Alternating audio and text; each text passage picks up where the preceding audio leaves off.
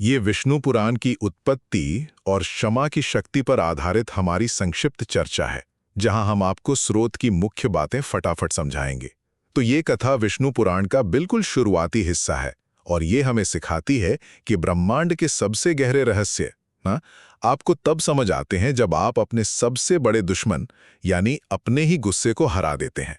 सबसे पहला बिंदु एक बहुत ही खौफनाक अतीत के बारे में है। मुनि मैत्रेय ने जब अपने गुरु पराशर से ब्रह्मांड के रहस्य पूछे तो सीधे जवाब देने के बजाय पराशर को एक पुरानी बात याद आ गई। दरअसल राक्षसों ने उनके पिता की हत्या कर दी थी और बदले में उन्होंने सारे राक्षसों का सर्वनाश करने के लिए एक बहुत ही विनाशकारी यज्ञ शुरू कर दिया। अब यहां जरा सोचिए, क्या आप एक जलते हुए कोयले को अपने हाथ में रखकर किसी और पर फेंकने की उम्मीद कर सकते हैं? नहीं ना।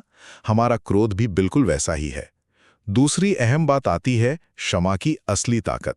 पराशर के दादा महर्षि वशिष्ठ ने उन्हें रोका और समझाया कि गुस्सा न इंसान की सारी तपस्या को नष्ट कर देता है।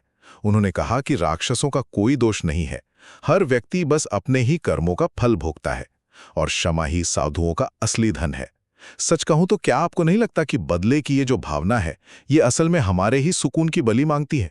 और अंत में तीसरी बात, परम सत्य। जब पराशर ने आखिरकार अपना गुस्सा त्याग दिया तो ब्रह्मा के पुत्र ऋषि पुलस्त्य इतने खुश हुए कि उन्होंने पराशर को पुराण रचयिता बनने का वरदान दे दिया। और इसी वरदान से पराशर ने वो परम सत्य बताया कि सारा जगत विष्णु से ही पैदा हुआ है। ठीक वैसे ही जैसे लहरें समंदर से अलग नहीं होती, वैसे ही ये पूरी सृष्टि और इसे बनाने वाला दोनों एक ही हैं। अंततः यह प्राचीन कथा हमें याद दिलाती है कि ब्रह्मांड का सच्चा ज्ञान और शांति केवल उसी को मिलती है जिसने अपने क्रोध को क्षमा में बदलना सीख लिया हो।